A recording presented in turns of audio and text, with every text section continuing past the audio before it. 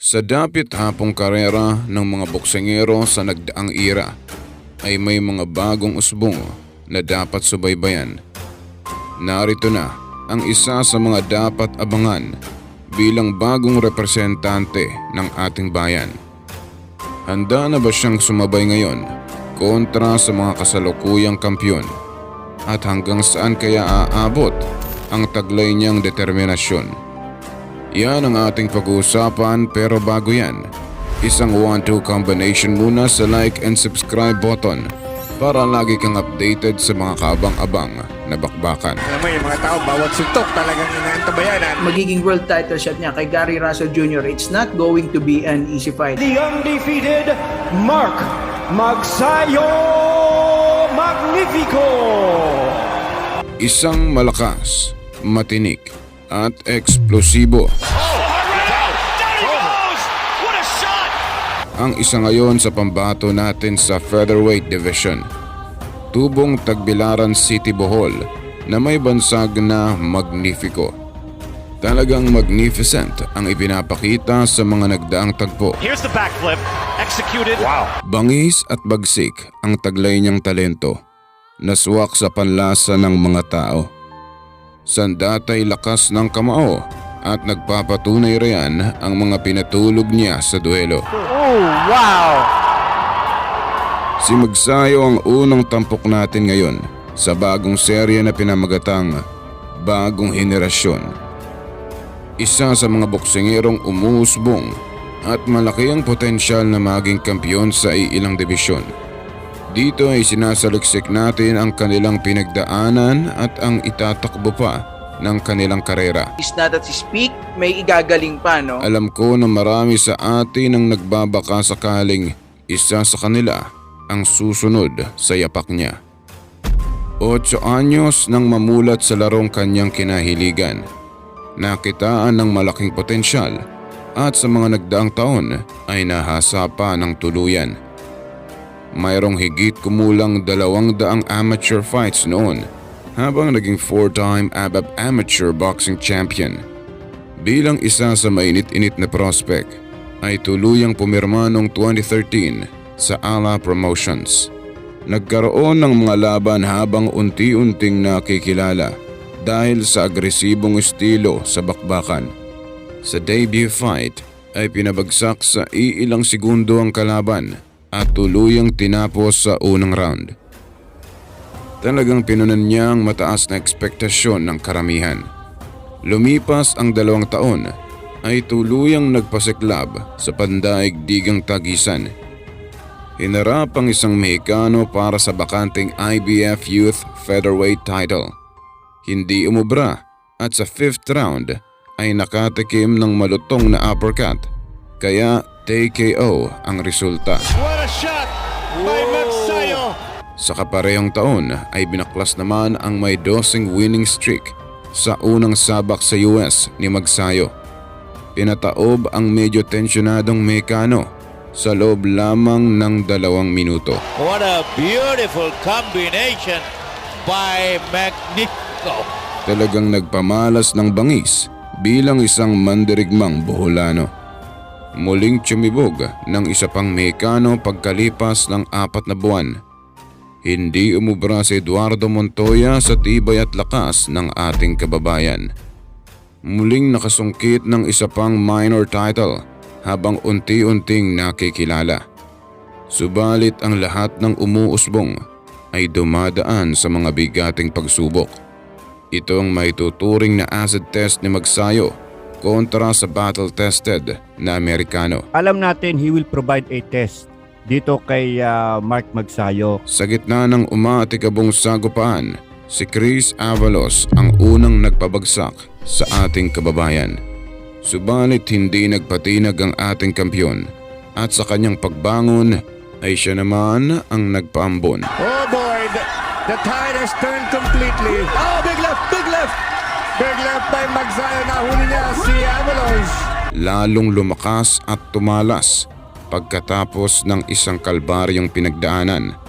Maraming balakid ang binaklas gamit ang taglay niyang lakas, kaya nadepensahan ang titulong hawak. Nagpatuloy ang arangkada habang ang iilang nagtangka ay tinapos niya lang sa loob ng isang round. Lumawak palalo ang karanasan habang ang ebolusyon bilang boksingero ay unti-unting na isa sa katuparan. Because before I'm a wild puncher. Taong 2018 ay kumalas sa Ala Promotions, kaya wala siyang laban sa isang buong taon. Hindi nagtagal ay napunta sa pangangalaga ni Cameron Duncan na isang batikang manager na kalaunan ay naging promoter. 2019 ay nagkaroon ng 2 laban si Magnifico at ang una rito ay kontra kay Eric Destroyer ng bansang Indonesia. Oh, that was lovely.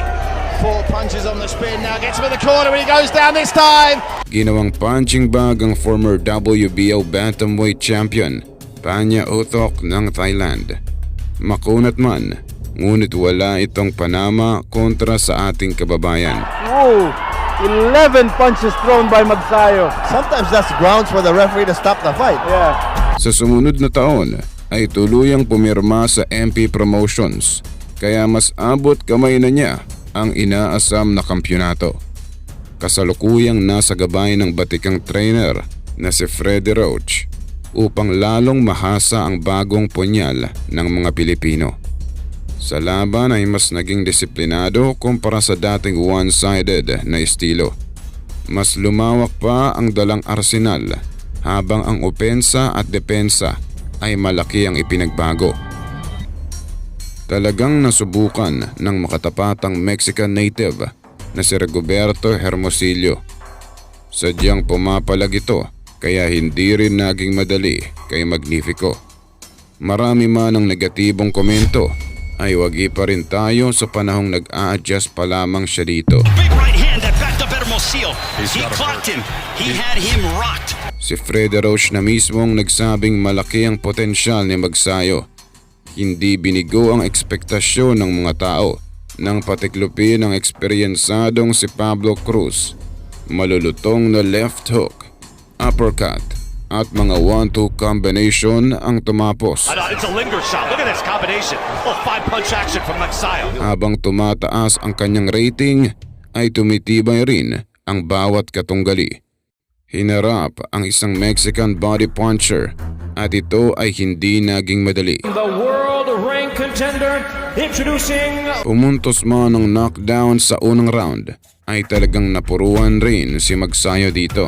Nasubukan ng tibay at determinasyon ng hukayin ang bodega na sa kanya ay nagpatiklop at sa kanyang last hurrah ay tumama ang isang kanan sa isang knockout of the year caliber. Oh, down he goes!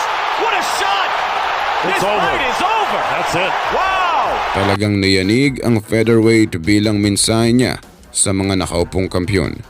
At heto na siya, handang-handa ng magpambo ng Armageddon sa kanyang dibisyon. I'm gonna put my name in the history of the Philippines. I'm gonna do my best shot.